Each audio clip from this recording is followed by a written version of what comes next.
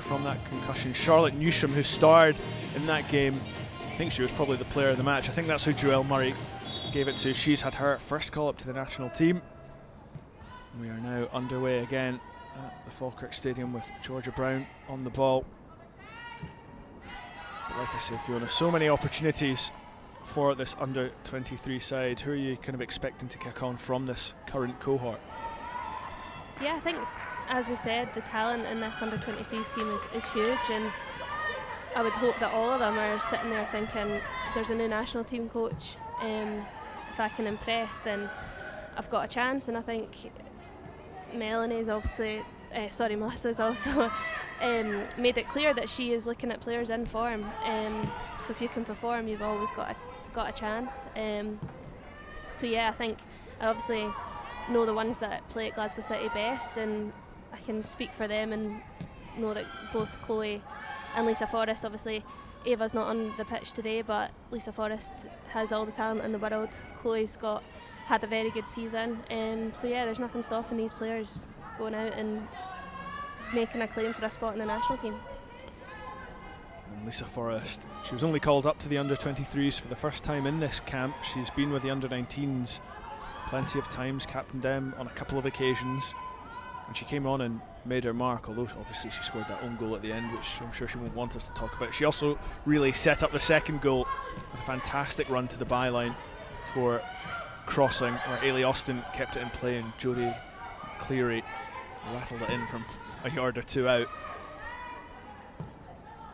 A really important impact from the bench from Lisa Forrest, and she gets her start today. Can she make that same impact right from the off? She's done well there to get the ball out to Ailey Austin. It's back to Megan Waring, only called up a few days ago as Maria McEnany steals the ball, tries to cut back. Fallon Connolly-Jackson might have been the intended recipient there. Maybe just the wrong option from Maria McEnany there. Yeah, I think she's done well to actually get her touch away from the player. Potentially probably could have gone down if there was any contact, I'm not sure. But yeah, probably not the right option there, but Scotland maybe need to get more bodies in the box. But it's a good start. Yeah, a sign of that high pressing game that we saw on Thursday. It's Forrest who wins the ball back. McCleary spreading the play out to Megan Waring.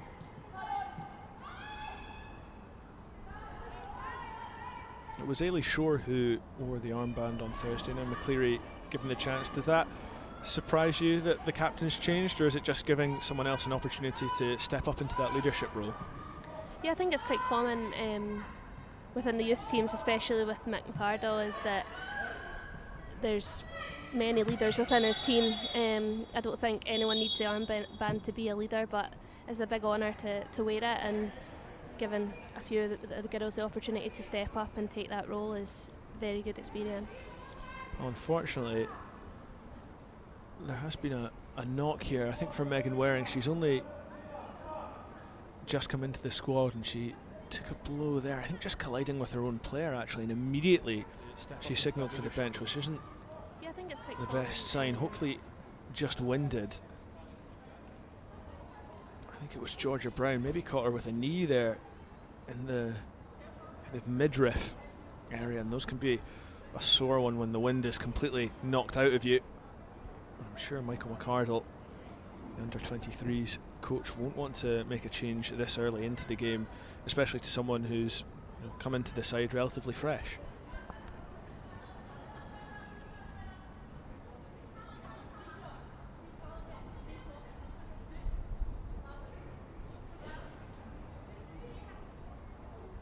Just a quick look at the bench tells you that Charlotte Wardlaw, who started the game on Thursday, could step into that role, or Chloe Warrington. Ailey Austin perhaps moving back.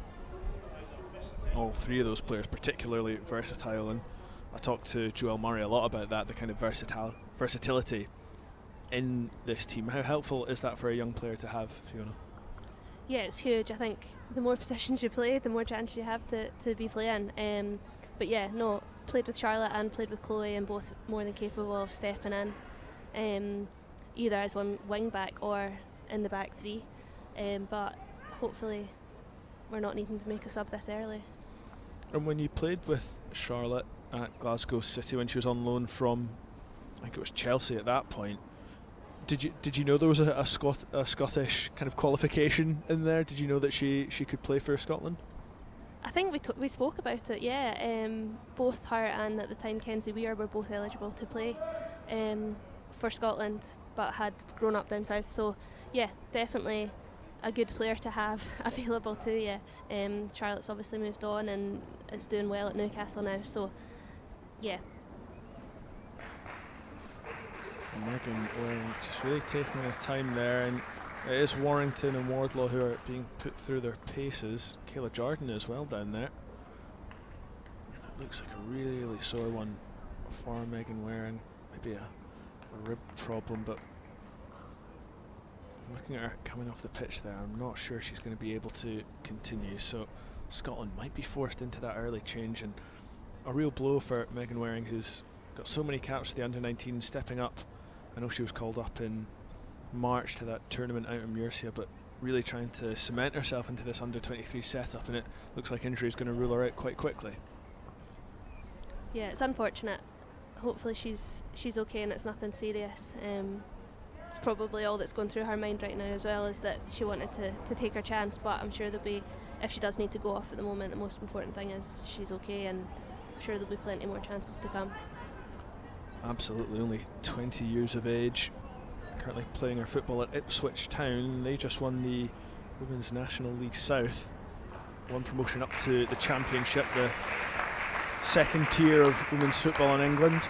And it'd be fair to say she starred in that Ipswich team as well. It's almost an ever-present at the back, so hopefully she is able to return from this, but the physios really just making sure that she's okay. She seems to be holding the solar plexus almost.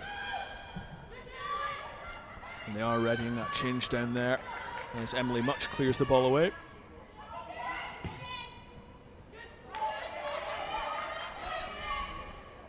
It's an interesting change as well. I mentioned Charlotte Wardlaw and Chloe Warrington. It's neither of them. It is Kayla Jordan coming on.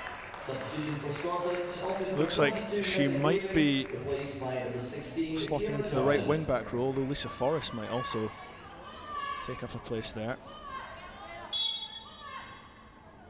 Yeah, it looks like Lisa's gone down into wing back, and Kayla Jordan's gone into that 10 position, which is her natural position.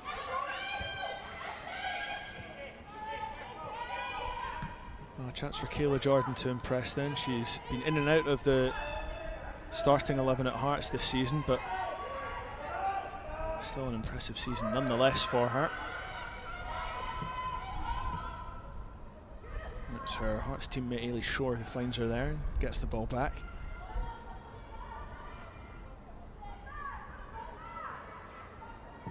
So Ailey Austin, who started at wing back, has moved into that back three, tries to chip it forward, looking for Rosie Livingston. But that is Tina Brow Magnusdottir, who comes to collect.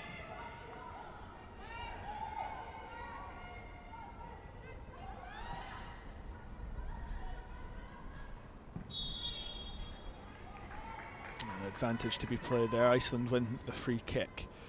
It must be difficult, Fiona, when you kind of get yourself all G'd up for a match, get yourself ready to go, and then after 2 minutes there's a kind of 4-minute delay with an injury. How does that affect you as a player? Do you start to kind of stiffen up a little early on? Yeah, I mean, it's not ideal. You've obviously just done your warm-up, but a lot of the girls kept themselves moving, which is definitely needed. They're obviously all young. A player like me would need to definitely keep himself moving, but just keep yourself moving, try and stay focused. A few of the girls were talking tactics in small groups. Just try to stay present. Austin cuts that out really nicely, and Lisa Forrest is able to take the ball over the halfway line and go on a little run herself. Still going. She wins a throw on the far side. Excellent work from Lisa Forrest there. Yeah, I think Lisa's very versatile. For being so young, she can play so many positions, and naturally on the wing. She is very good 1v1, very powerful, and has the skill to back it up. So yeah, I'm excited to see her take those 1v1s on. We saw her in a couple of positions for Glasgow City during the season. Where would you say her strongest position is? It's a hard one to answer, to be honest. She's done very well both out wide and in the 9. I really enjoyed playing with her in the 9 because her hold-up play is excellent. And as a winger, to play off of her was a joy. So yeah, no, very intelligent player, again, for being so young. I really like her in the 9, but she's more than capable of being out wide. Well, I was talking to Joelle about the opportunities that Lisa Forrest might have next season and whether she could wrestle a starting spot off Nicole Kozlova and Brenna Lovera. Brenna Lovera is now, it's been announced that she's leaving City this summer, so another opportunity perhaps for Lisa Forrest to state a claim for a starting jersey. Corner played short, McEnany, McCleary. Just a bit of miscommunication or hesitation there, and it just goes out for a goal kick. But these are the kind of games where you can kind of try and work those set pieces, aren't they? Yeah, and I think the girls are very technical, so being creative for those kind of things. I don't know if putting the ball into the box against an Icelandic defence who are head and shoulders above quite a few of our girls is the way forward, so trying to be creative probably is making an opportunity more likely.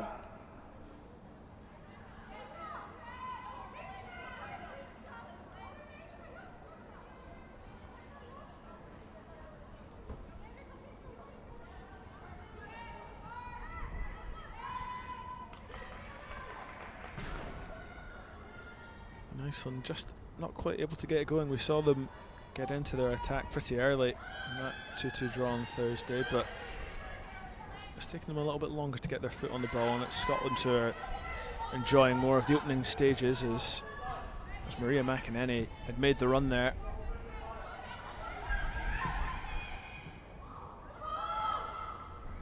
Here come Iceland on the attack. Suya Jonsdottir encouraged to shoot. She goes down into the challenge, but play goes on.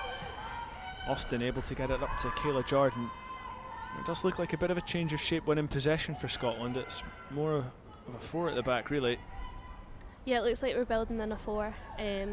Obviously pushing now Lisa Forrest high and coming low with the left wing back, but there's spaces there, and the space in behind is there if the ball comes at the right point from runs from both 10s. Ailey Austin, her versatility means she can just kind of slip into that right back role. Another who's impressed on a handful of occasions for the Under-23s. They're looking to have a big season at Rangers, or perhaps on loan again next season.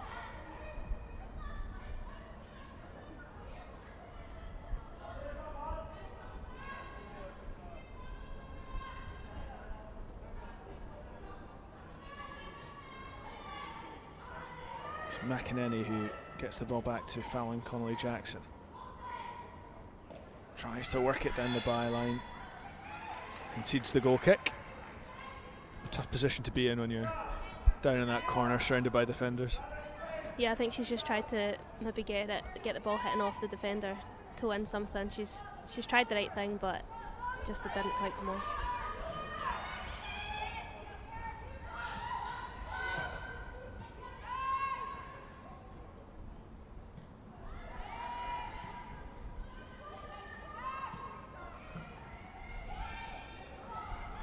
This is better from Iceland up the left-hand side as Hayley Austin steps in with an important challenge. It's Hermannsdottir crashing through, but unable to keep the ball under control. First real wave of Icelandic attack, but Scotland are able to deal with it.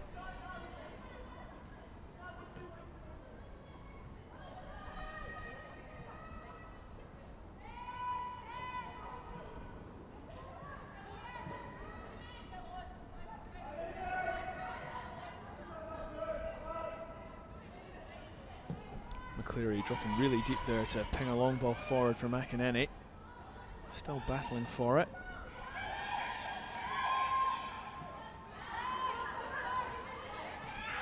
The ball now out to Bjornsdottir. Playing right back despite wearing number 3. with Funadottir.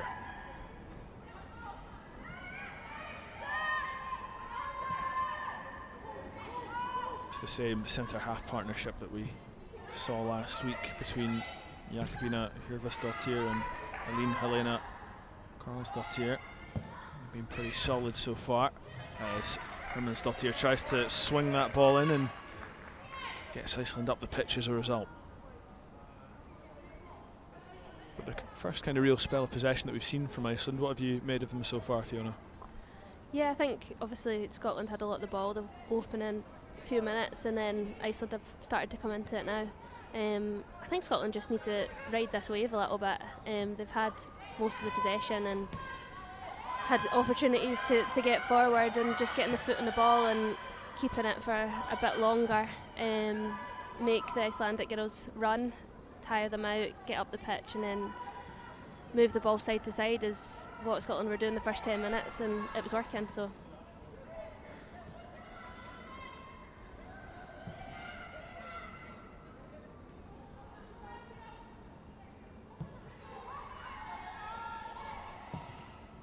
Austin trying to play Livingston in behind, just off target.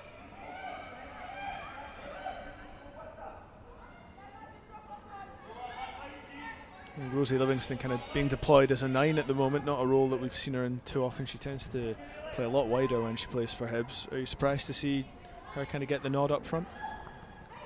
yeah, I mean, I've only seen her play out wide for Hibs, like you say, but she's got power and she's got technical ability, so there's no reason why she can't do a job in the 9. She's a bit isolated at the moment and probably doing a lot of dirty work in between the two centre backs and out of possession, so she'll hopefully get on the ball a little bit more, because it's a lot more fun to have the ball than without it. Well, if she's needing any advice on how to play 9, she doesn't need to look too far. Ailey Adams and Kathleen McGovern, her two teammates at Hibs, who have both had absolutely phenomenal years. Kathleen McGovern making her Scotland debut on Friday night, starting against Austria, which was a bit of a surprise given Martha Thomas is in the squad. She did well, didn't score, but was a real handful for those Austria defenders. Some really good hold-up play as well, and decent outball when Scotland were kind of struggling to create. Absolutely, and I think she fully deserved her opportunity the other night. She's had an excellent season, she's worked really hard, and it's an exact model for these girls here today that if you're having good seasons, then you will get an opportunity. So yeah, it's good to see.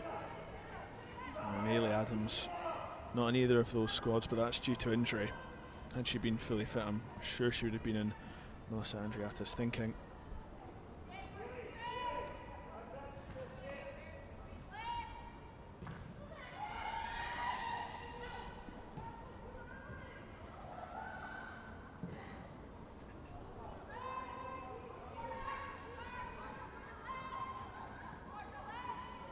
Funadottir looking for Tryggvadottir, but instead it just comes back to Leysa-Lana Sigurjónsdottir.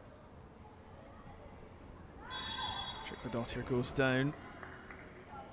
Not sure how much of a free kick there was there, but the referee certainly thought there was. I mean, it's not a free kick for me at all, but I'm not going to get on at the referee yet. Give it time, give it time.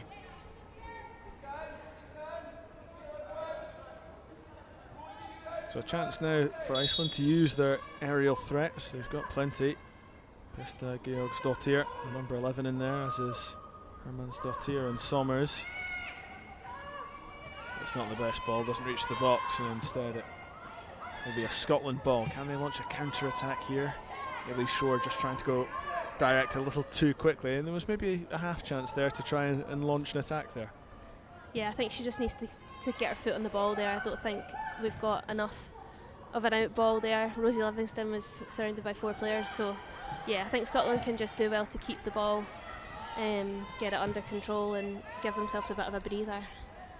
Jodie McCleary was surrounded by a couple of players there, but she took a fantastic touch to make sure that Scotland kept the ball. And they are trying to build through the phases now, but that's a little slack from Georgia Brown.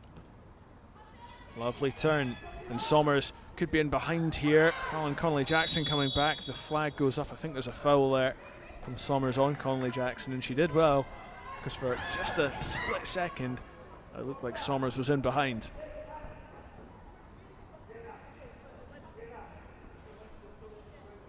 And yeah, just a little pullback on Connolly-Jackson, who did well anyway, even without the whistle. Yeah, it's nice to see her playing on, getting rid of the ball and getting rid of the danger before she actually got the free kick.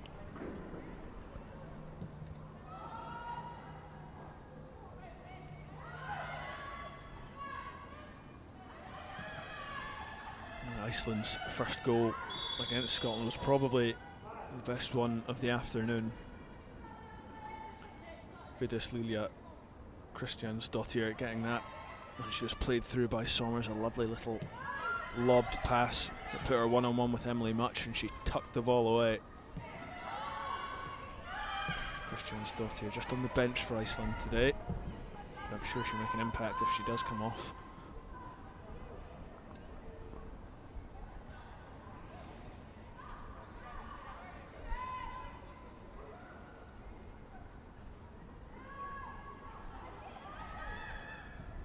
Forrest trying to play it up the line.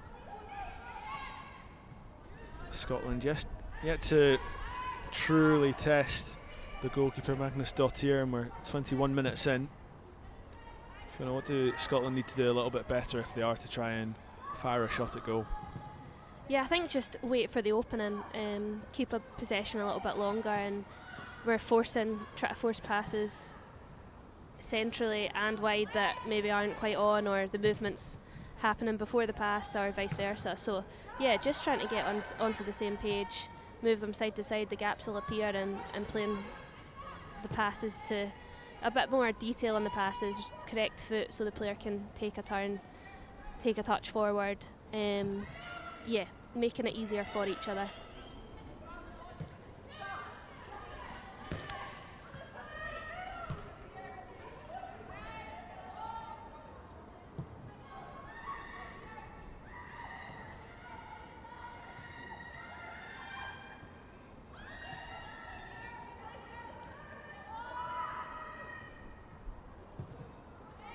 Iceland pressing well there and forcing Scotland just to hoof it long. Unable to get the break of the ball either, and so far it is Iceland who just look a little more composed on the ball.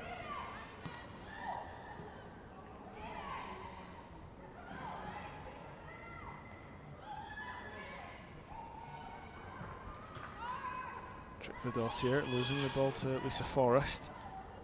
Livingston able to knock it back to McInerney. She had a real impact on the game on Thursday. Hasn't been able to demonstrate that just yet as Hermannsdottir turns away from shore and charges forward. Trying to play the ball through to Tryggvadottir. It's played perfectly. Brilliant save, Emily Much. The first big chance of the game. It falls to Iceland. And it's Tryggvadottir who was sent through on goal by that inch-perfect pass from Hermannsdottir, but Emily Much standing tall. She made 2 fine saves on Thursday. She's adding to that catalogue today.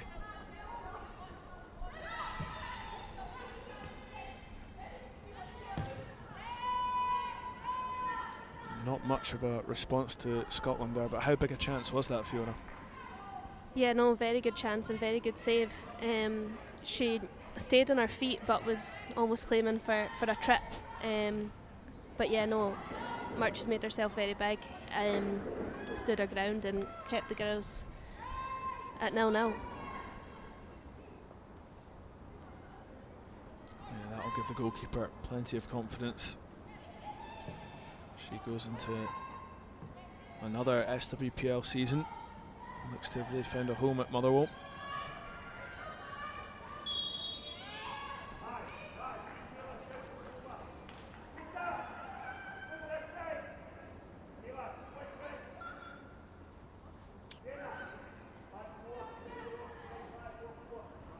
Oh, I think I can hear a tactical change from Michael McArdle. That's one of the good things about these games. You can often hear exactly what the coaches want.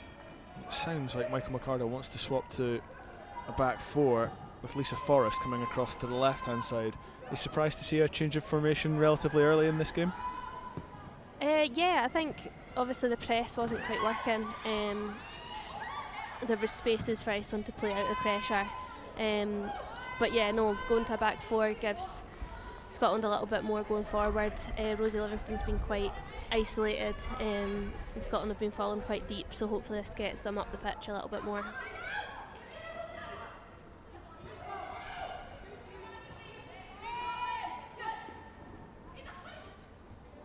Ailey Shore with a foul on Hermannsdottir there. That was a pretty obvious one.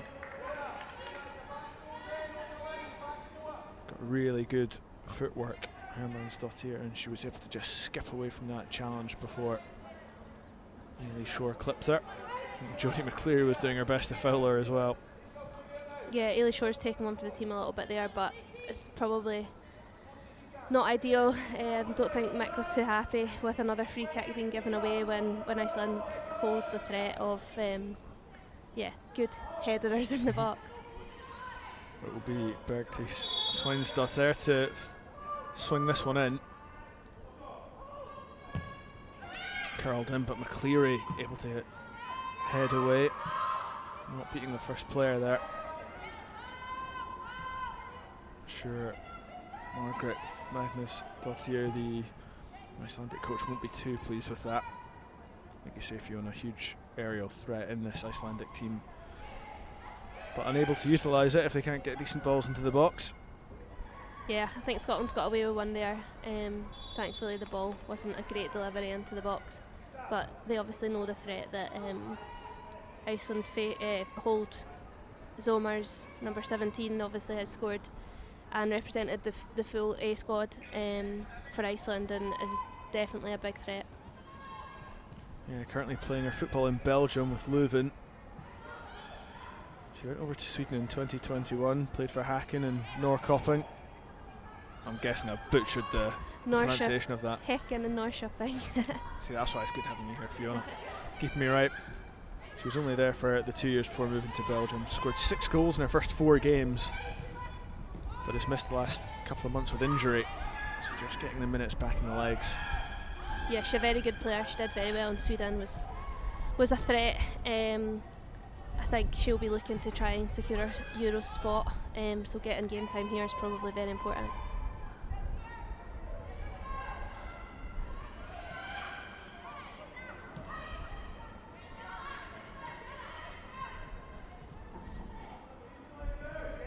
That's Penman on the ball.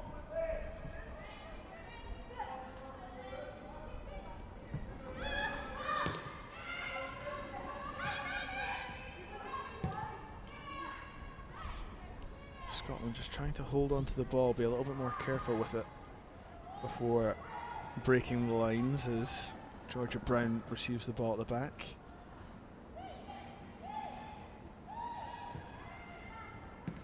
Jordan, lovely touch down to McCleary. There's a bit of room here. McInerney is the short option. She just has the ball nipped off her toes. Could still come to Lisa Forrest though, might get the shot away. Instead just plays it to Jordan, who comes inside, tries with the left foot and curls it over.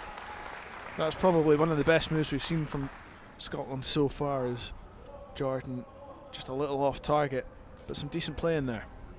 Yeah, absolutely. I think Lisa Forrest has done well to just keep possession, maintain some possession in the opponent's half, which Scotland haven't really done so far. So yeah, moving the ball from one side to the other, and Lisa driving inside, playing in Kayla Jordan, and she's quite right to have a shot there.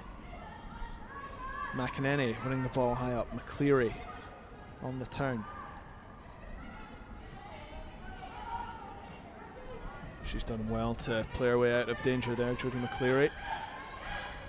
Connolly Jackson trying that ball over the top, fantastic. And now Forrest can kick on. Wins the corner as well. And this is better from Scotland. They're looking just a little bit more confident in the last 3 or 4 minutes. Yeah, it's nice to see both Kayla Jordan and Lisa Forrest getting more involved in the game. I think the change in formation's given them some space. Lisa Forrest's done very well there, a big touch out her feet, which we tell her to do all the time because she's so quick over those first 5 yards that there's very few people that will catch her, and she's done well to win the corner there. Unfortunately though, it's not the best corner, just curled into the side netting, and the opportunity goes begging.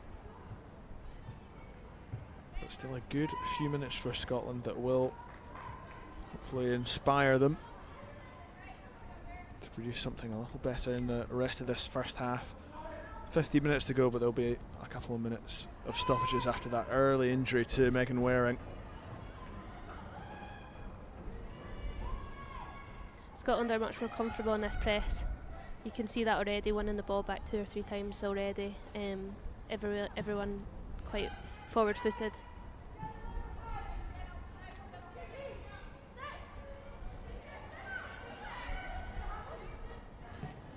Penman picking out Livingston, trying to get that ball over to Maria McInerney, but maybe just the pass of someone who hasn't seen that much of the ball in the opening half hours. Forrest looks for Livingston down the line, up against the Icelandic captain Elín Helena Karlsdóttir. She wins the throw.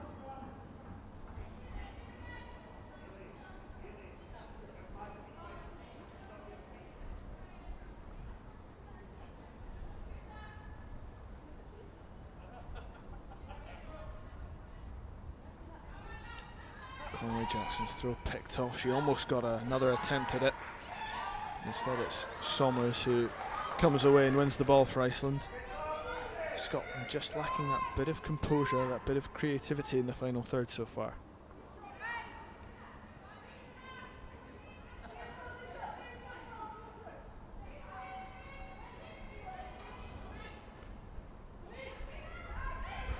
McCleary winning the ball, making her way into the Icelandic box, plays it across, gets trapped under the feet of the Icelandic defender before Forrest slides in.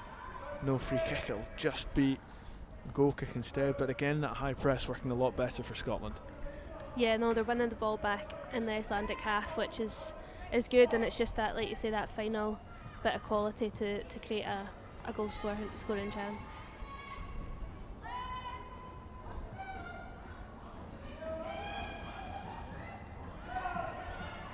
Been mixed results so far for the Scotland under-23s. It's only still relatively young, reintroduced by Pedro Martinez Losa during his spell in charge of the national side. They've beaten Denmark though, really sure Mia McCauley and Kathleen McGovern all scoring that day. That was around this time last year. In fact, it was exactly a year ago today. They're playing over in Denmark.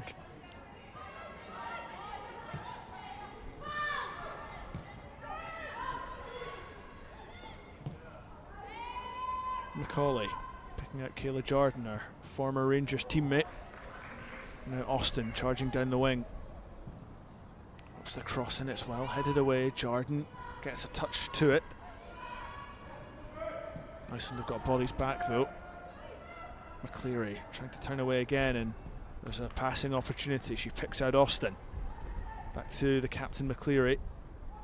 A little back heel looking for Jordan, who maybe just wasn't quite on the same wavelength, but it will be a Scotland throw-in. How instrumental has Jodie McCleary been so far for Scotland? Obviously got the captain's armband on as well, but everything positive seems to have something to do with her as well. No, she's been excellent. She's very, very composed on the ball, moving the ball side to side. As you said earlier, she's got herself out of situations where she's surrounded by 3 players. But yeah, very good composure, and hopefully she can get on the ball a wee bit higher up and make things happen at the edge of the box. Yeah, certainly seems to be the next off that Rangers conveyor belt after Mia McCauley made her Scotland debut at Hampden on Friday night. A real impact on the team, coming on and setting up plenty of chances. Just wasn't to be in that 1-0 defeat to Austria, but how heartened were you by that performance from Mia McCauley? Yeah, no, I think Mia did really well, and I think she was fully deserving of her debut. She's played really well for Rangers when she's played this season. She obviously was out with injury, and she's come back in and looks stronger, faster, and she's definitely grown as well. But yeah, I think she'll be instrumental for Rangers next year, and I hope she's instrumental for Scotland as well.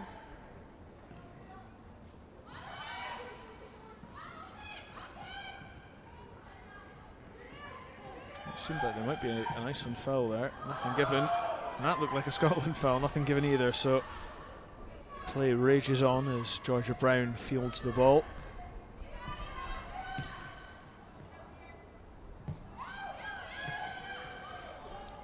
Short.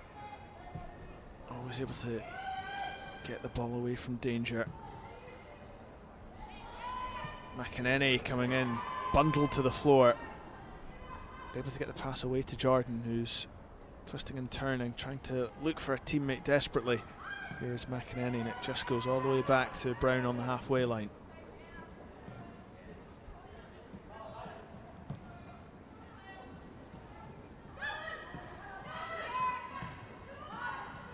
Short.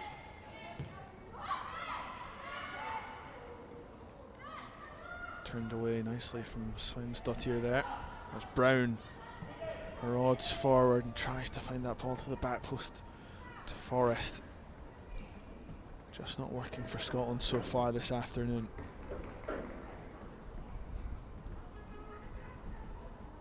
We mentioned that game, the A side playing Austria and losing 1-0, obviously confirming their relegation from Nations League A. Would it have been the way that Milce Andreatta wanted to start her Scotland career as head coach? But there were, particularly in the final 20 minutes, real signs of life from Scotland. What were the positives to take away for the new head coach and for Scotland fans? Yeah, I think like you say, the last 20 minutes of the game, Scotland looked a bit more dangerous. We've got so many good attacking, creative players, and getting them on the ball and getting them playing freely is exactly what fans want to see. It's exciting to see because they're players that offer you moments, and moments win you games. So yeah, I think ultimately it would have been nice to get the reward for that last 20 minutes, but I think for the new coaching staff, they can see the signs are there, and it's probably a bit about belief and getting that back and yeah, building. It seems to be a real period of transition as well. Obviously Nicola Docherty out with injury this time round, Rachel Corsie retiring after the game tomorrow night. How exciting a time is it to be a Scotland fan, and does it kind of give Milce Andreatta that kind of blank canvas to work with? Yeah, I think obviously she's got players that have got huge amounts of experience still in the squad, and naturally players retire, players stop, players move on, and a new generation takes their place. So yeah, I think that is exciting, and I think obviously you're now seeing the effects of the league being professional in this country. You've got players that have been now playing professional football for a couple of years, like Samia Macaulay, Kirsty McLean. They're coming up and they're coming into this squad probably with a lot more experience than a lot of us went into the national team with. So yeah, you've got players there that it's their time to shine and their time to step up, and match that with players who are now seen as the experienced ones like Caroline and Erin, which is crazy because it felt like yesterday we all came into the A squad, especially Erin. I remember when she was getting her first cap. So yeah, it's how football works, and I think that's exciting, and I hope that these players can take their chance, and yeah, Scotland can get back to these major tournaments. Talking about Rachel Corsie, I'm well aware there was another player who retired at the end of this season. How are you finding retirement? How's it treating you? I know it's only kind of been the last couple of weeks that you'll have been able to kind of put your feet up after that cup final. How is it? How's the new life treating you? Yeah, I mean it's only been a week or something like that, but it feels pretty normal at the moment. It just feels like I'm on holiday. So I think once everyone goes back to football, it'll maybe start to hit a little bit more. But no, I'm very, very happy with the career I've had, and delighted I could get back on the pitch before walking away. So yeah, all good. Ailey Shore conceding the corner there. Yeah, of course, City confirming second place in the SWPL on that final day. chance for Champions League qualification as well. Really exciting time at Petershill Park.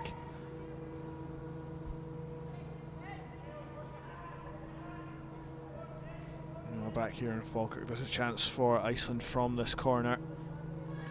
Bergtís Swedsdottir with a chance to whip it in, although the referee not happy with something that he's seeing in the middle.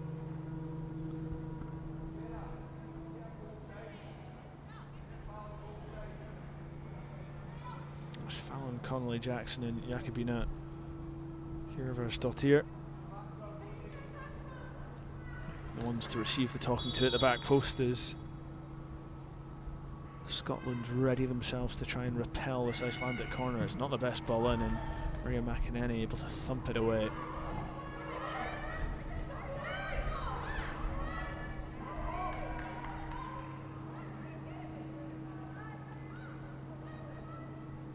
A bit of a let off there for Scotland as the two centre halves jog back.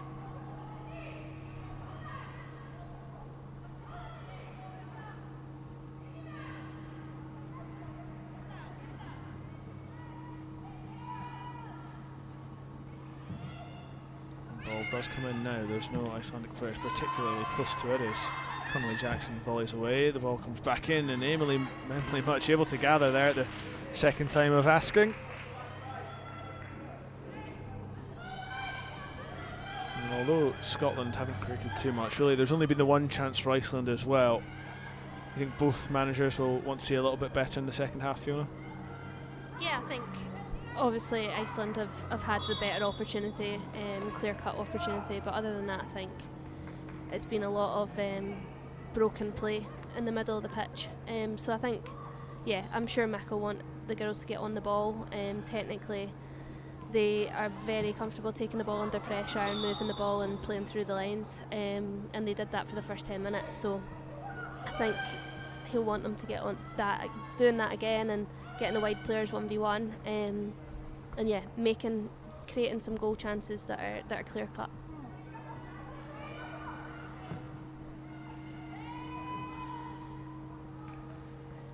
We did touch upon that Icelandic youth system being incredibly impressive, especially when you take into account the size of the country. The under-19 is qualified for the 2023 European Championships. We said they're ranked 13th in the world, a country that continually punches above its weight internationally.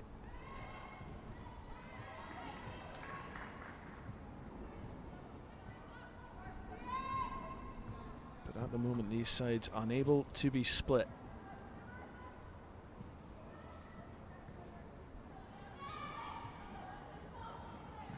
There's actually a bit of history as well for Iceland and Icelandic teams coming to Scotland. Their first ever women's match was played against Scotland back in September 1981. The game finishing 3-2 to the Scots. It was played in Kilmarnock. So plenty of history for Iceland here.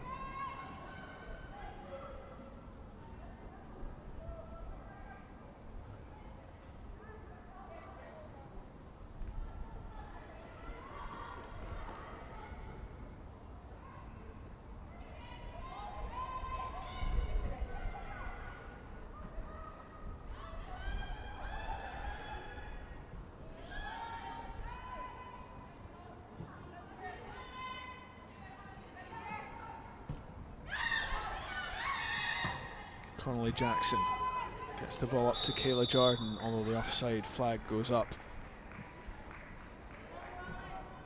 There was a wee spell of 5 or 10 minutes where it was working for Scotland, but again, just as we edge towards half time, it's just not quite clicking for them at the moment. Yeah, they've lost a wee bit of possession, a little bit of shape, and I think just staying compact until getting themselves to half time and reset and come out with the second half with more energy, but the worst possible thing at the moment is to concede, so yeah, just staying solid for the next few minutes. And that was really solid from Ailey Austin, but then she gives the ball away and Trygvadottir able to pick up. Sommers gives it to Hermannsdottir, choosing to keep the ball. She almost goes down under the challenge of McInerney. In fact, she wins the free kick. Bit of frustration creeping in from McInerney, and a good set piece opportunity. Yeah, I think that is just frustration. Not a great spot to give the ball, give the free kick away. But yeah, hopefully Scotland can stand strong till half time. Yes, the Marine Hermannsdottir.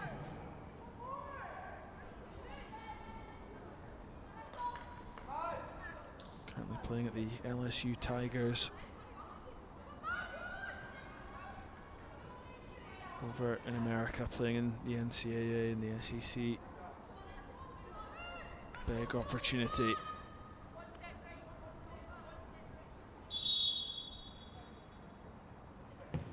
And she puts it straight into the wall.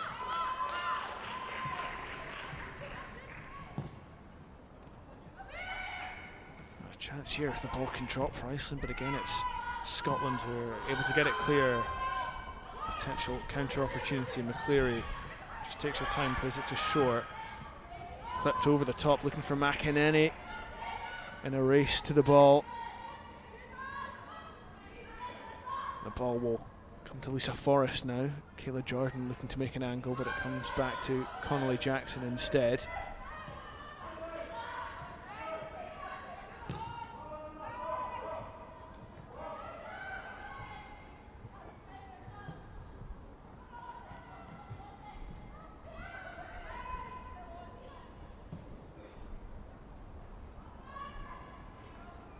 Penman, a bit of room in front of her to drive forward. Forrest just couldn't quite turn on the ball there. Swedsdottir a little bit too close to her. Shore tries the chip over the top, and you could kind of see from her body language there, as soon as the ball left her foot, she knew she'd hit it too hard, but again, just a frustration maybe at the lack of decent options ahead of her. Yeah, there's been a few times that Scotland have maybe tried to force it over the top. I think just keeping the ball and moving the ball until an opportunity arises. Great ball in. This could be an opportunity now. It's just wide. Well, Ailey Shore and Rosie Livingston were in there. It was Lisa Forrest with the ball to the back post.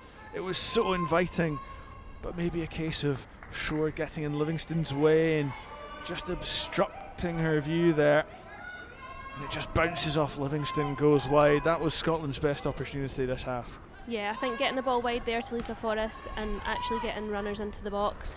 It's a great ball in, and she'll produce that from both sides on both feet. So yeah, getting the ball into those areas and getting runners into the box is potentially the way forward. It was a fantastic ball in from Forrest. The kind of opportunity that Scotland have been waiting for all of this half. Only about a minute of injury time to play. In fact, about a second of injury time to play. The referee blows his whistle. And it's a pair of goose eggs at the minute. Scotland with really only that one chance right at the end. A lot of football this season, so her legs are probably quite glad of the rest. Yeah, of course, this being the final game for a lot of these players before the well-earned summer break. It is a long, long season in the SWPL, and it will, of course, be a little shorter next season. Moving back to that 10-team format.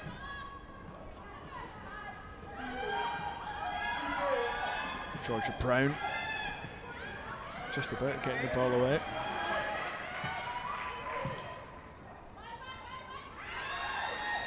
A foul maybe there by Ailey Austin, but play goes on. It was Tryggvadottir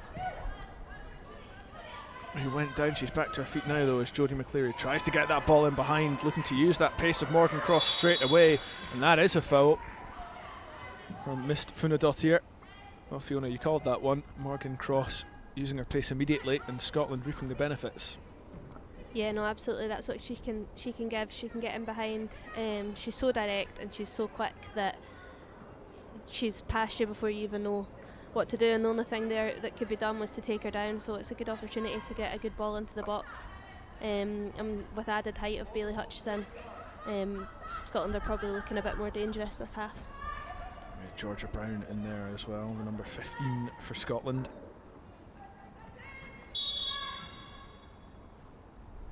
McCleary.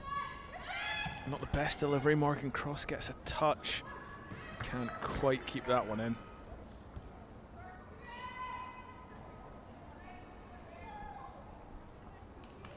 Yeah, it wasn't the best first half for either of these sides, as you can maybe see from the scoreline.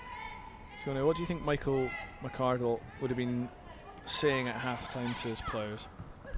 I think just the composure on the ball, being comfortable under pressure, securing the ball, securing the pass. There's a lot of misplaced passes, a lot of passes played on one touch that potentially didn't need to be. So yeah, just having that belief and absorbing that pressure to get on the ball, and the players are more than capable of doing that.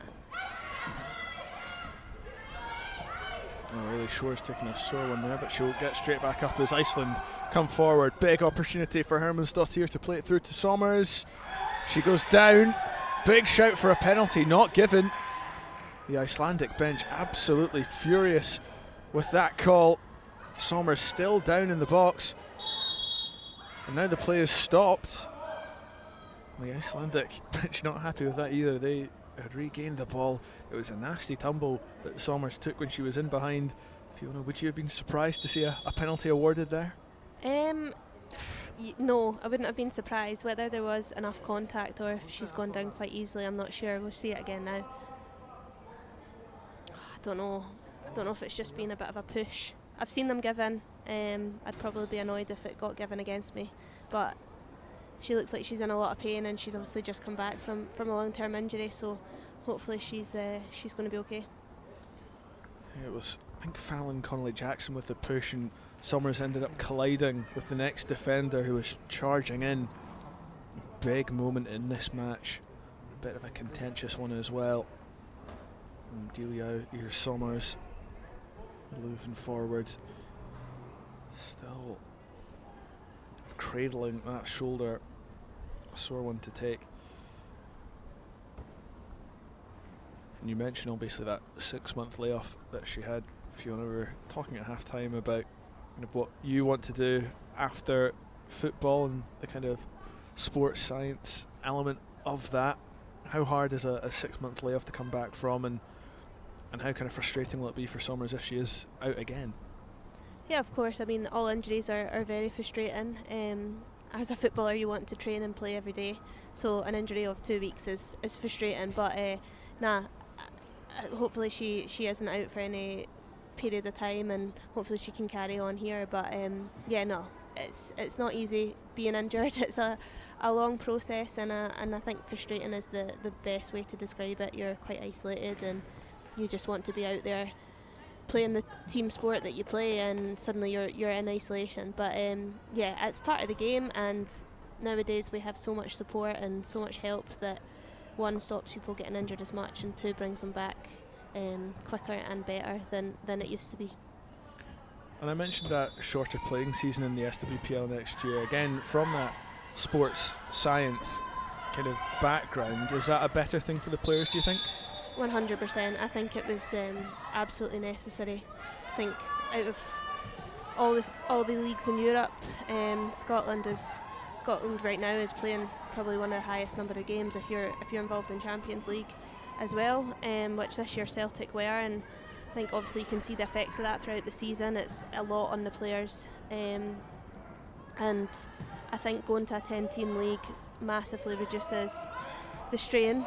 Obviously it's only a couple of games, but if you ask any player that's played the split, a couple of games is quite a lot. So yeah, I think it's absolutely pivotal for the health and well-being of the players, and asking them to play to an increased intensity every year as the league improves. You can't expect that intensity to constantly increase and the number of games to stay the same or also increase.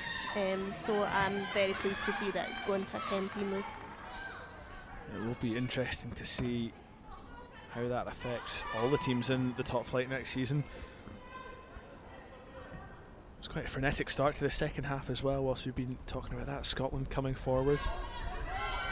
I talked about the nickel in the game on Thursday. We're starting to see it fizz into life as well on this one, as Hutchison tries to take the ball away. Instead it comes back, and Ailey Shore, as she so often does, mops up at the back.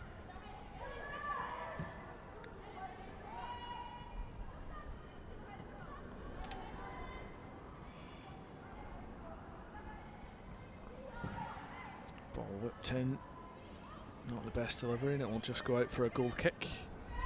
Magnus Dottir, the Icelandic goalkeeper, quite happy to just watch that one trickle past the post.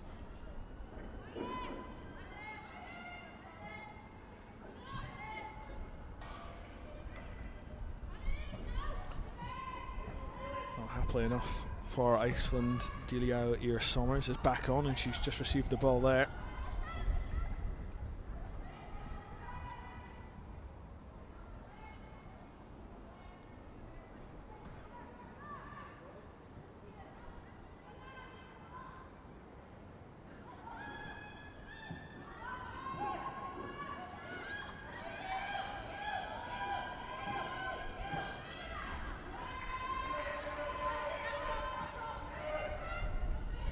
Austin fizzes it to Hutchison. Holds off the defender really well before playing it back to Shore, but it's Herman's Dottir who is able to come back as she picks the ball up again. Funa Dottir. Just a hack forward, but Brown unable to keep possession for Scotland.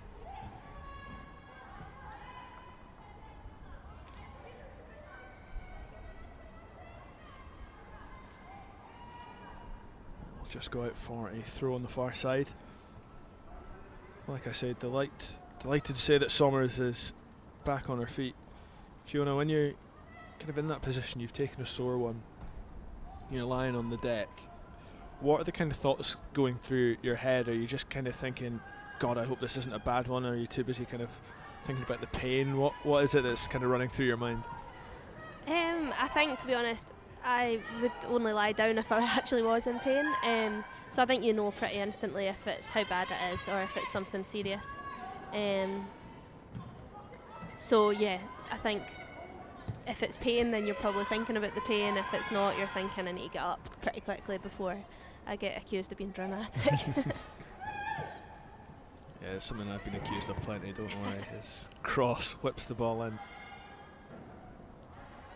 It's Jordan on the far side, just not able to keep that ball in.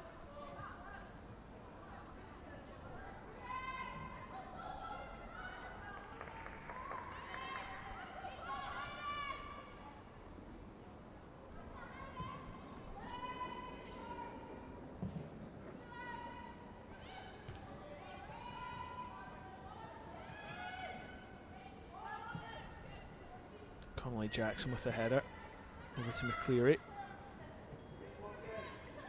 Well, this could be a chance for Iceland, but Brown should be able to cut that one out. It's Trick Vidottir.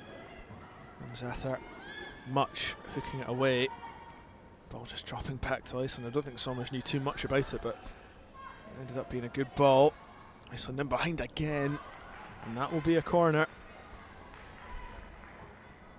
Pesta Georgsdottir, the number 11, running in behind, getting onto that Sommers ball, playing it offshore and out for another corner for Iceland. Look like they're readying a couple of changes themselves as well. Michael McArdle has made the 3 subs so far. Kayla Jordan coming on early for Megan Waring, and then Bailey Hutchison and Morgan Cross introduced at half time. We've got plenty of other options on the bench. Chloe Warrington, Charlotte Wardlaw, we talked about them early on.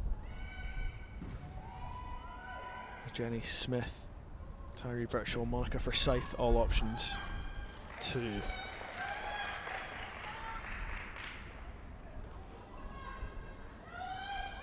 The crowd here happy with how Scotland defended that corner. I can see 2 Hearts players down there, Rachel Johnston and Lizzie Waldy, watching a couple of their teammates.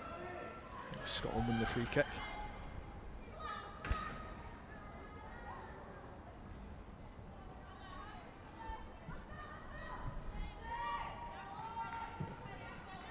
It does look like a triple change that Iceland are going to make, and we'll bring you news of that very shortly.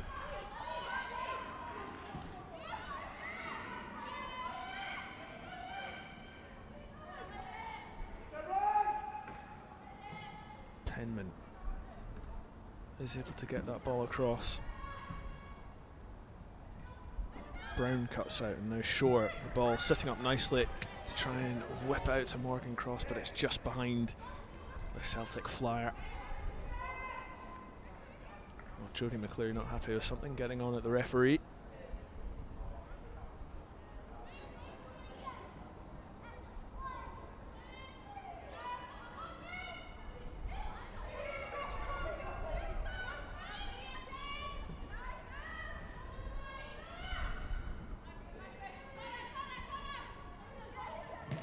Shore just trying to take the ball away from Sigurjónsdóttir, but Icelander got a foot in.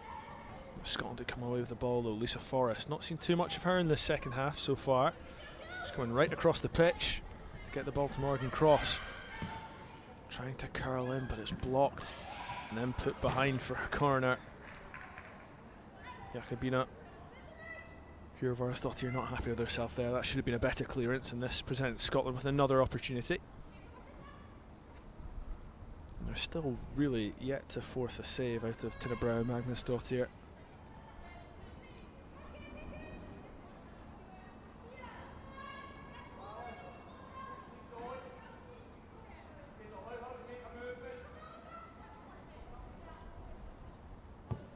McCleary, it's a better ball in. Georgia Brown was in there. It could drop to Shore on the volley, just over the bar. Well, Brown is probably the Scotland player to aim for. It dropped nicely for Shore. Should she be hitting the target there, Fiona? Yeah, I think she'll be disappointed with not hitting the target there. I think there's just been a few scrappy passes, deliveries in the last 10 minutes that if Scotland can get some quality on the ball, they'll start to actually create some chances. Here is that triple change for Iceland. Freyja Karin Forfarladóttir is the number 6. She will be joined by Hrafnhildur Ása Halldórsdóttir, and the player who scored the first goal for Iceland on Thursday, Védis Lila Kristjánsdóttir. Replaced by 30 Hrafnhildur Ása Halldórsdóttir, number 20 Vigdís Lilja Kristjánsdóttir, and number 6 Freyja Karin Forfarladóttir. So Somers stays on for the time being. Iceland coming away with the ball again. Decent chance here. Spread to the right. The subs getting involved early on. Whipped in towards Somers.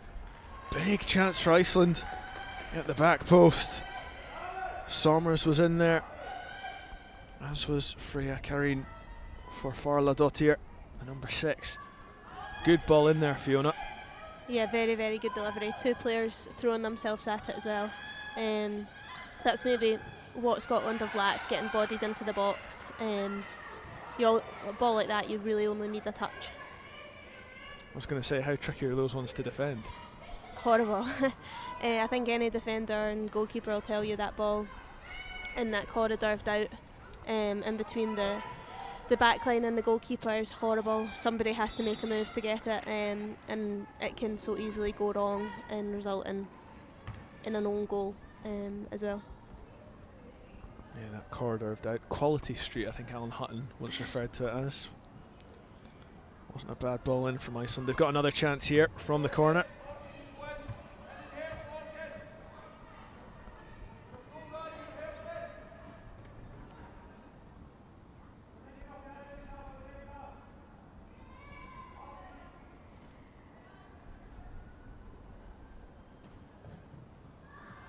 It's a decent ball to the back post. It's gone all the way in. Iceland take the lead, and they take it unexpectedly. A corner that evades all the defenders and the goalkeeper. Bergdís Swedsdóttir. And Iceland scored really late on from a really, really similar delivery on Thursday. That ball, that time going in off Lisa Forrest. This time it just goes all the way through. Yeah, I don't think there's a touch on it at all. And there's not really too many Iceland players close to Emily much. Does she need to maybe be more of a commanding presence there? Or that on the defenders maybe for not getting ahead on it? To be honest, I think it's quite high for a defender to jump for there. We've got players on the post, we've got players in the area. If they could get it, I'm sure they would have tried. But yeah, it's a really difficult ball to come and defend, and it's probably one of the most difficult aspects for a goalkeeper to deal with. Right into the sun as well, as Scotland tried to come forward through Bailey Hutchison. Now Georgia Brown's got some defending to do. It's a really good touch. A really calm pass as well to get the ball to Ailey Austin. Morgan Cross trying to get the ball under control. It just wasn't sitting right, and here's Kristjansdottir. Nice ball in behind. Iceland could be in again here. It could drop for Sommers, well defended. Fallon Connolly-Jackson following Sommers all the way across and throwing her body in front of the Icelandic attacker to make sure Emily Much wasn't forced into another save. Iceland have really grown in confidence from that goal, and they almost got a second quite quickly. Yeah, no, you can see that they have a lot more energy. They're getting in positions where they're running in behind, and I think a team like Iceland, with the physicality, the speed, the athleticism, it's really difficult to match it, and that's something Scotland did first half, is that they didn't let them in behind. But their midfielders are now picking up pockets of space, and runners are getting off the back of the back line, and yeah, we've had warning signs now, so we need to start dealing with it. Well, same again for Swinsdottir, and then there was the foul on Kayla Jordan. Well, that will give Emily Much a much needed boost there. Yeah, she's done well to come and deal with that cross. You can see Swinsdottir trying exactly the same thing there. This time it didn't quite come off, didn't quite have the curl that the first one had.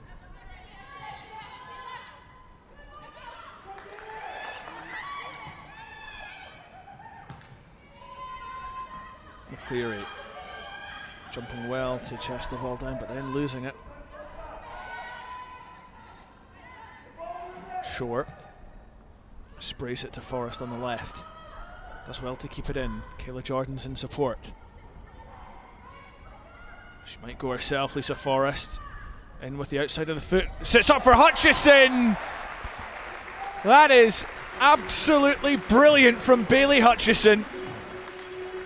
A superb first touch to tee the ball up, and she volleys home to get Scotland right back into this. An almost instant reply from the hosts.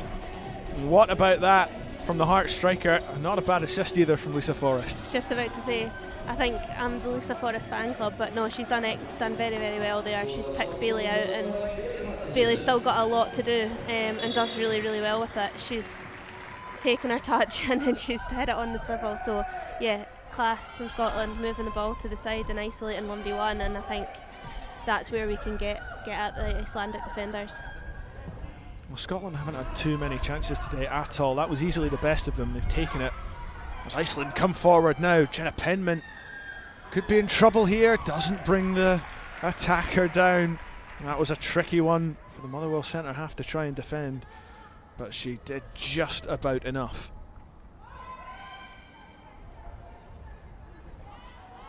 A lovely turn from Kayla Jordan. Scotland growing in confidence, but Iceland too, and we're seeing a lot more quality in this second half than we saw in the first. But it will be an Iceland free kick, a decent set piece opportunity. But this game has sort of burst into life, hasn't it, Fiona? Yeah, no, both sides obviously changing things at half time, and it's worked for both of them. So yeah, hopefully this game's not done. I think there'll be more goals, hopefully for the Scotland end.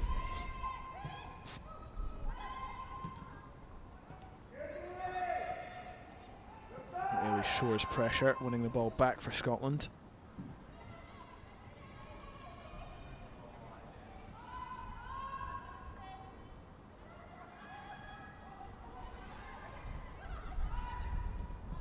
Really Shore, who of course has had that taste of the A-team camp.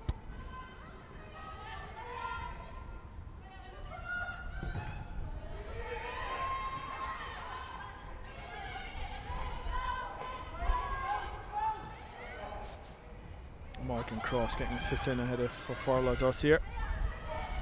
but it's Iceland who come away with the ball. Swedsdottir looking for Kristjansdottir. Penman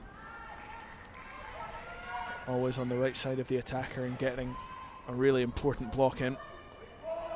Jordan, who's kind of floated around a little bit more in this second half.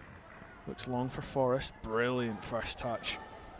Not the first time she's exhibited that this afternoon. She looks for Jodie McCleary. Morgan Cross gets it back to McCleary, who goes down. That looked like a free kick. Not given. A little bit surprised about that. Yeah, I think it's a great run. I think it is a free kick, to be honest. The linesman thought about it, but not to be.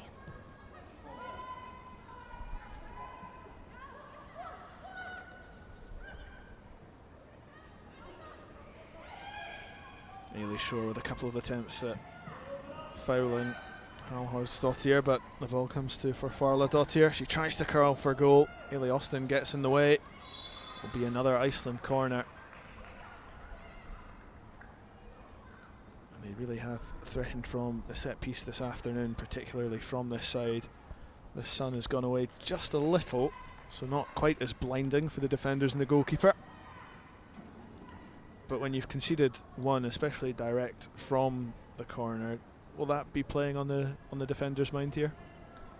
Yeah, I think obviously you don't want to give away set pieces if you can avoid it, especially against a team like Iceland, who are good in the air and are good at set piece delivery, which is something Scotland probably are disappointed with in themselves today, and their own set piece delivery, because there's players there that have the quality to really put in a really good ball, and maybe haven't managed to do that today. But Iceland obviously going for a short corner this time, which is interesting. Well, they're into the box. I thought Morgan Cross might have committed the foul there, but the Iceland player Halldórsdóttir staying on her feet, and the ball actually goes out, so that will be a Scotland ball.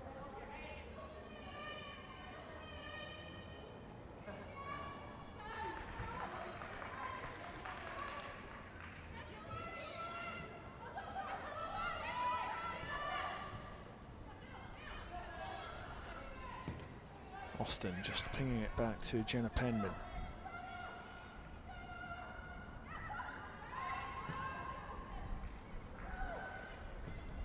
Connolly Jackson trying to play the ball through. Her and Lisa Forrest have played plenty of times for the under-19s together, and they've both stepped up to this under-23 squad pretty comfortably, I'd have to say. Yeah, no, they've both done very well. It's nice to see like the progression through the youth ages, and there's lots of players that have probably played together at various age groups. Jodie McCleary's obviously played at most of them as well. But yeah, no, both have done really, really well today. They look very comfortable at this level.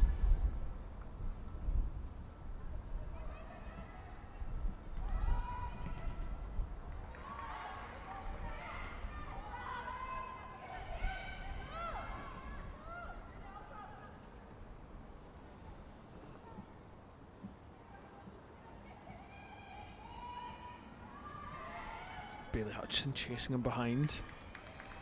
And another throw for Scotland. A decent set piece here. They could take the lead for the first time in this match and be a carbon copy of what happened in the first game. Iceland taking the lead before Scotland hit back. Forrest.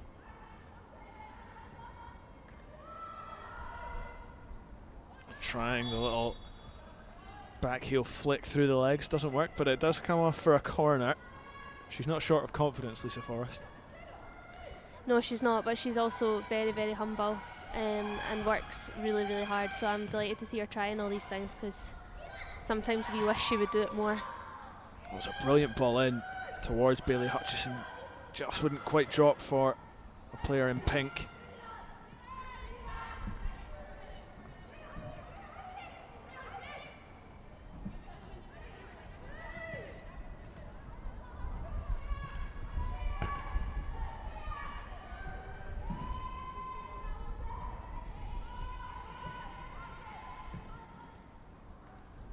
A Scotland ball. Connolly Jackson trying to work it through to Hutchison, didn't quite come off, but they'll get a second bite at it. She never quite got the read of that ball though there.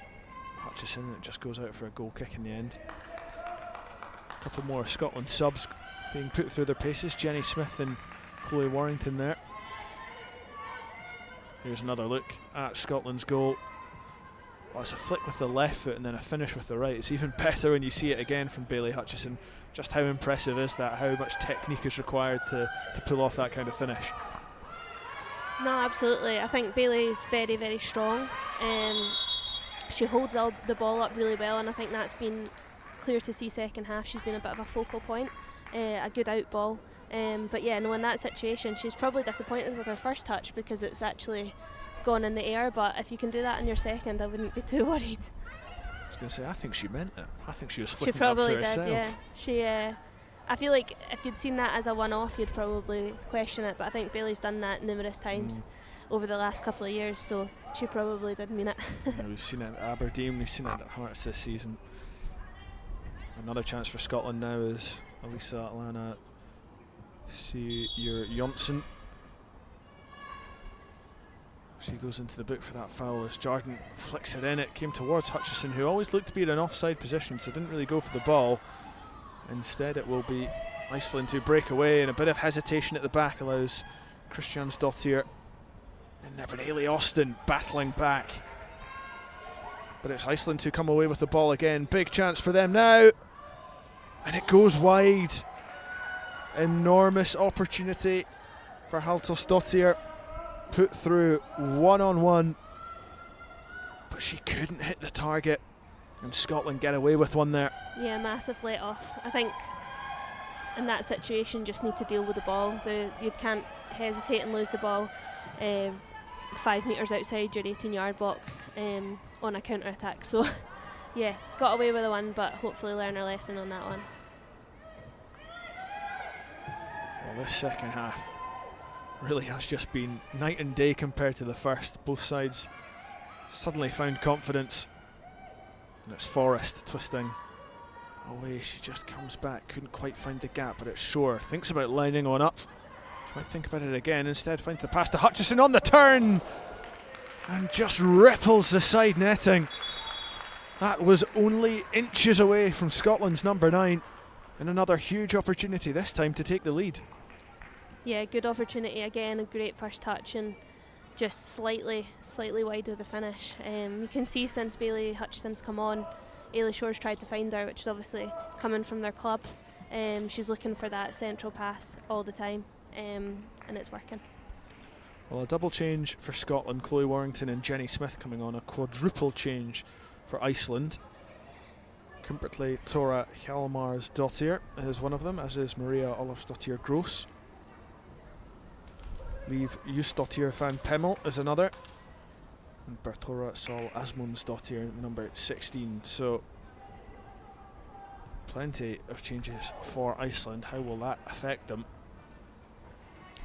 I think just fresh legs, energy. It's a good time to make a change. 15 minutes left, gives them a little bit of time to get into the game. Meanwhile, for Scotland, it's Kayla Jordan coming off. She came on so early in that first half that she's got plenty of minutes out there. And just on the far side, it's Fallon Connolly-Jackson who is replaced. So Chloe Warrington moves to left back. It's Jenny Smith playing in her more natural attacking midfield role. Of course, Chloe Warrington can play both right and left. Does she have a preference, do you think, Fiona? I mean, Chloe's right-footed, but is very comfortable on both feet. She plays primarily, I think this season she's played most of her games on the left. I think she quite enjoys it. She likes to come in a little bit inverted, which obviously opens up and can ping it out with her right foot as well. But yeah, no, more than comfortable on both feet, and naturally has played a lot on the left this season, so I'd say probably the left is her favourite. It certainly was predominantly a left back when coming through it. Celtic, her childhood club.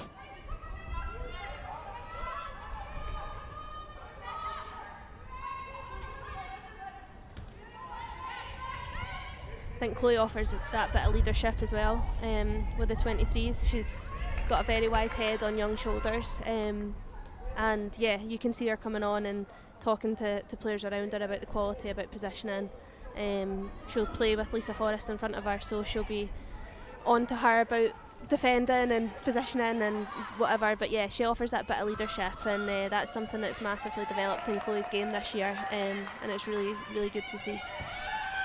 She turned 23 last month.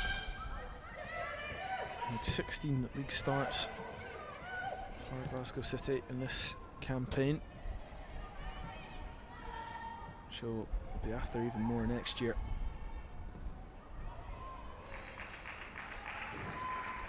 And Scotland have looked a lot better in the second half, albeit maybe a little bit more vulnerable to the counter-attack. Hutchison, lovely footwork again, throws it back to Shore. Tries to chip that ball over the top to Cross. It's nodded on to Austin. Almost very nice link-up play from Scotland, but I'll get another go at it here. Shore over the top, looking for Cross. It comes to her now. The flag stays down, looking for Hutchison. It's pulled back. Hutchison just sclaffed her finish. Not like her at all. Normally she buries most of the chances she gets. Meanwhile, it's Iceland coming forward. Ailey Shore stepping in. She has to concede the throw. Another big chance for Scotland, another big chance for Bailey Hutchison. Are you surprised to not see her test the goalkeeper there? Yeah, I am, just because we obviously know her quality. That's her bread and butter, that kind of finish. So yeah, she'll be annoyed at herself, but the more that Scotland are starting to create more and more opportunities now, and the game is quite open, so they need to start putting some away, because there's always the risk of the counter-attack from Iceland. That was a decent little chance there for Iceland. Emily Much collecting the ball. Kristjansdottir's cross.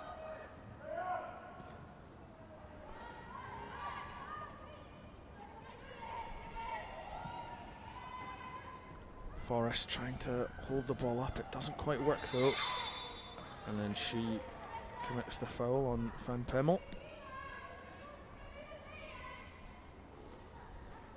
The number 8, the youngest player in the Icelandic squad, only 17 years old. She's only played 10 top flight matches and a combined 154 minutes in the Icelandic top flight, but she's already got 10 under-19 caps, so she is well thought of. Ball comes in from the skipper. Morgan Cross gets a foot to it. Jenna Penman there as well. It was almost calamitous at the back, but they're able to just about get it away. Might come back for Iceland. Morgan Cross this time. There's no doubt in her mind at all. Leathers the ball away.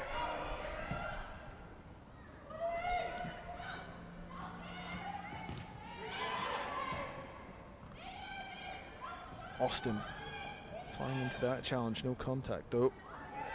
Here's Olafsdottir Gross slipping it through, looking for Kristjansdottir, who goes down. A half-hearted shout for a penalty. I think she was going down anyway, and maybe the ball was already out of play as well. I think her dive made it look worse than probably what it was.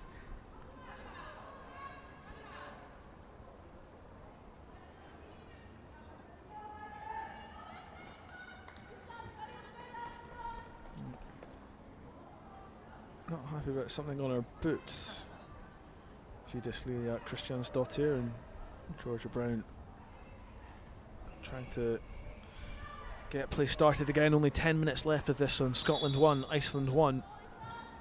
The previous game finished 2-2, so both will be desperate to try and find a winner and a victor in this double header as well.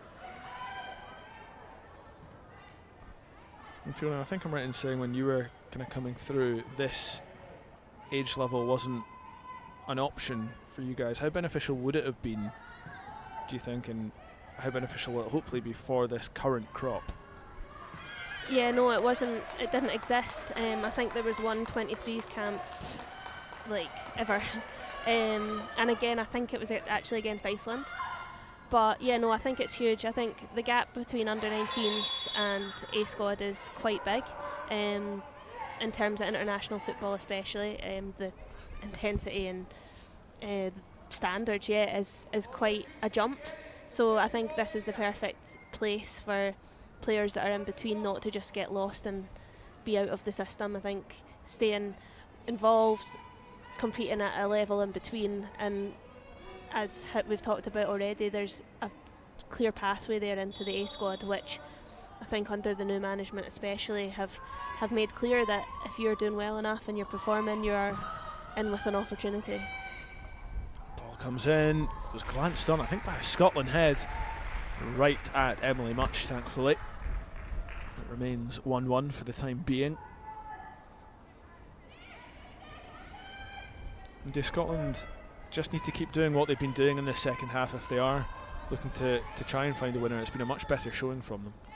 Yeah, I think especially the front three second half, isolating both wingers, Morgan Cross and Lisa Forrest wide. Both of them have got past their fullback most times and got balls into the box, and I think obviously Bailey's had one chance she's not put away, but the more chances you'll give her, she'll score. So keep getting those players on the ball. Oh, she's got a chance here.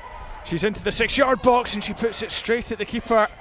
She tried to keep the ball in play and Morgan Cross rolled it into the empty net, but the ball was already out, and that was really the chance that we were just talking about, Fiona, and unfortunately she puts it straight at the keeper. Yeah, I think she'll be disappointed with that as well. She can finish from there, she can pass it into the net, she's gone maybe for power. But again, it's Morgan Cross who eventually puts the ball away once it has gone out.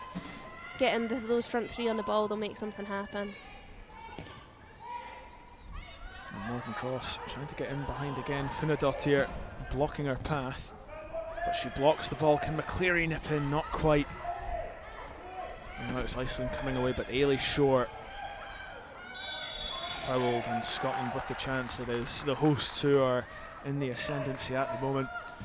I was quite surprised with that Hutchison chance that the keeper didn't come out and stop her. Hutchison allowed all the way into the 6-yard box to Nobrow. Magnus Dottir allowing the shot, but then making a vital save. Oh, McCleary orchestrating what she wants from this set piece. Georgia Brown sent forward. McCleary goes to the left. Hutchison tries to flick on, but it comes all the way back to McCleary. She then plays it left again. Forrest curling to the back post. Morgan Cross was running in there, but it was just a little too central. But another decent effort from Lisa Forrest. We'll be picking our player of the match soon. I'm sure she'll be in your thoughts, Fiona. Yeah, I think she's done really well. It's really nice to see how positive she's been on the ball. I think the thing you always get with Lisa is hard work. She's helped her full back out when she's needed to. She's played some of the game at wing back.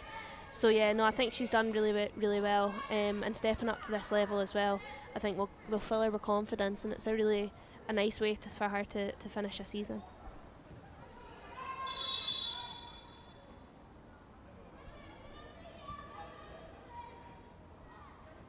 Well, if there is to be a winner, and if it is to be for Scotland, she would certainly be a candidate to get it.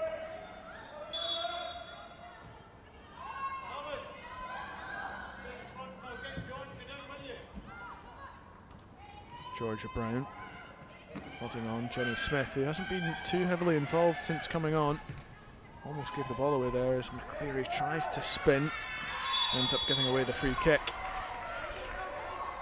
Bergtora saw Asmundsdottir going down.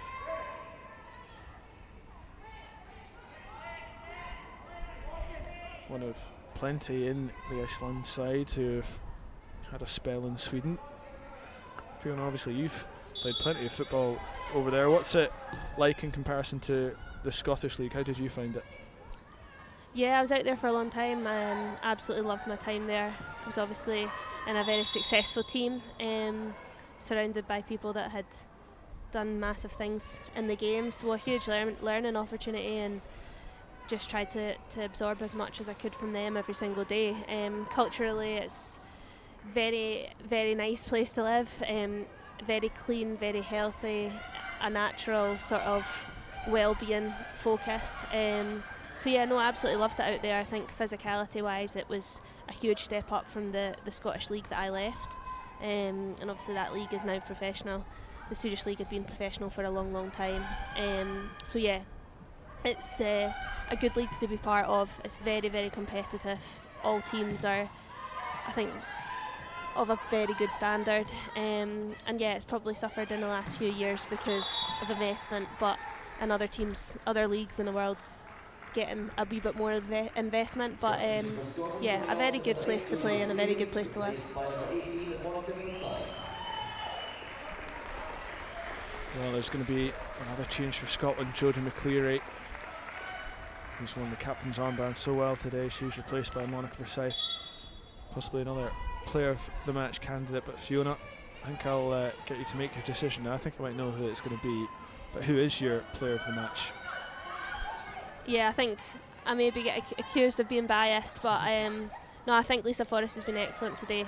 I think she's had phases of the game where she's not got a lot of the ball. Here she is again. She crosses low. This could be the chance for Scotland. Jenny Smith tucking the ball in, and what could be the late winner for the hosts. And we've just been talking about her. Lisa Forrest, the player of the match, sets it up. Fiona Brown, what about that? She's helped me out there. She's proved my point. No, I think, yeah, absolutely brilliant. She's both feet so comfortable. She likes to play the ball on one touch, which is so rare and a difficult technique. But again, Bailey Hutchison's got on the ball. She's got it wide to Lisa. Jenny Smith's got herself into the box, and you really don't need to do much from there. It's such a good delivery, pace and power on the ball, and accuracy. And yeah, I think Lisa Forrest has really stepped up to this level and made a point today. She certainly has. I'm sure there'll be plenty watching, including Leanne Ross, Glasgow City manager. Jenny Smith on the spot. We said she hadn't done a great deal since coming on, but if you score the winner, that's all anyone remembers. Can Iceland do what they did on Thursday and find a late equaliser? They get it right to the byline, and Georgia Brown has to block, and they're in the position where they scored that equaliser on Thursday, where they scored earlier in this half.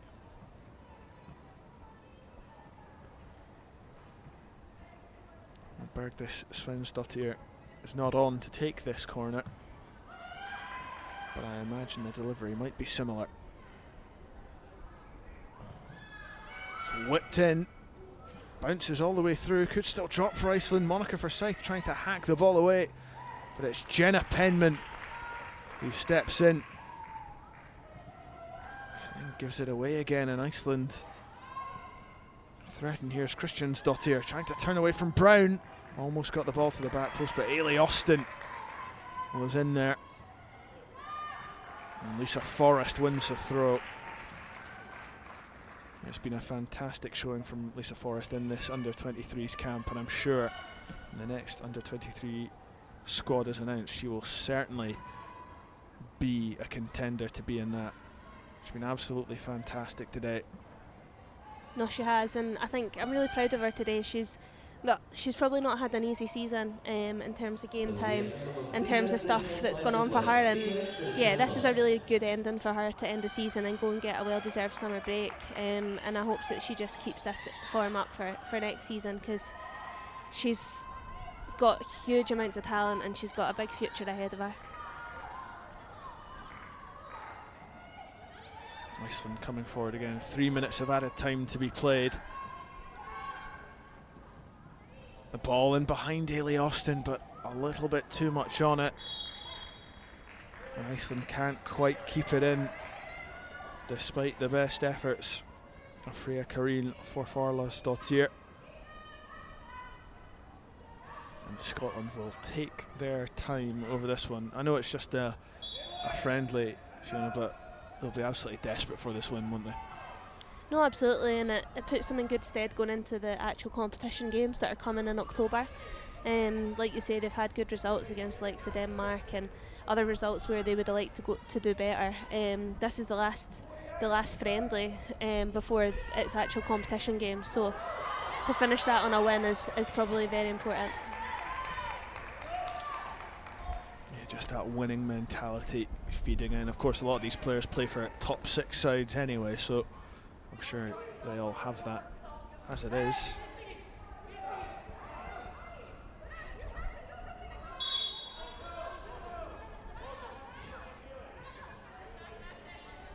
Megan Cross getting involved there. She is an option at this throw, but it's Bailey Hutchison who'll hold the ball up instead. But a minute and a half remaining for Scotland. Can they stretch their lead? Hutchison into the box on the left foot. She has the strike. The keeper always behind it. But Bailey Hutchison has come on as a half-time sub and really added just so much threat to that Scotland attack. Yeah, she's done very well since she came on. She's so strong and powerful. When she's running with the ball, you really can't get the ball off her. I think the Icelandic defenders are big, strong girls, and she's matched them and been a big focal point for Scotland in the second half and held the ball up really well. Gives Scotland an out ball when they're up against it at the back. Well, they've got some defending to do here in the final stages of this match. Trying to hold on to that 2-1 lead. Funadottir curling in. Penman, big touch, but Jenny Smith tries to turn away. Penman works it back to Smith, who currently has the role of match winner, but Forsyth is caught on the ball and then concedes the foul. You'll imagine this would just be launched towards the Scotland box. Kimberly Tora Hjelmjordóttir is fouled, and the captain, Karlsdóttir, is just going to launch this.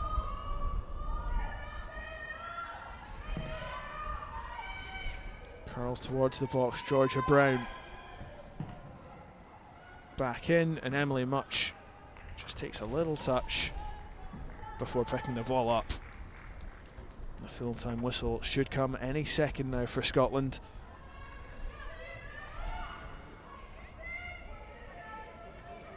It really has been night and day from that first half, which was a bit of a slog in all honesty, but the second half has been a much better game to watch.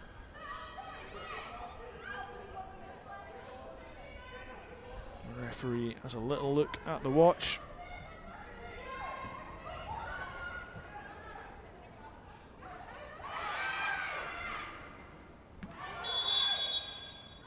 There's another Iceland free kick, and again an opportunity to get this in. We've played almost a minute over the 3 that were added on, and another opportunity for Karlsdóttir to launch this towards the box. Georgia Brown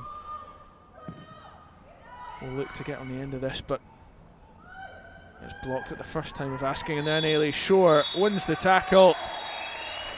And Scotland win the match. Jenny Smith's late goal secures victory for Scotland over Iceland. It was a real battle in there.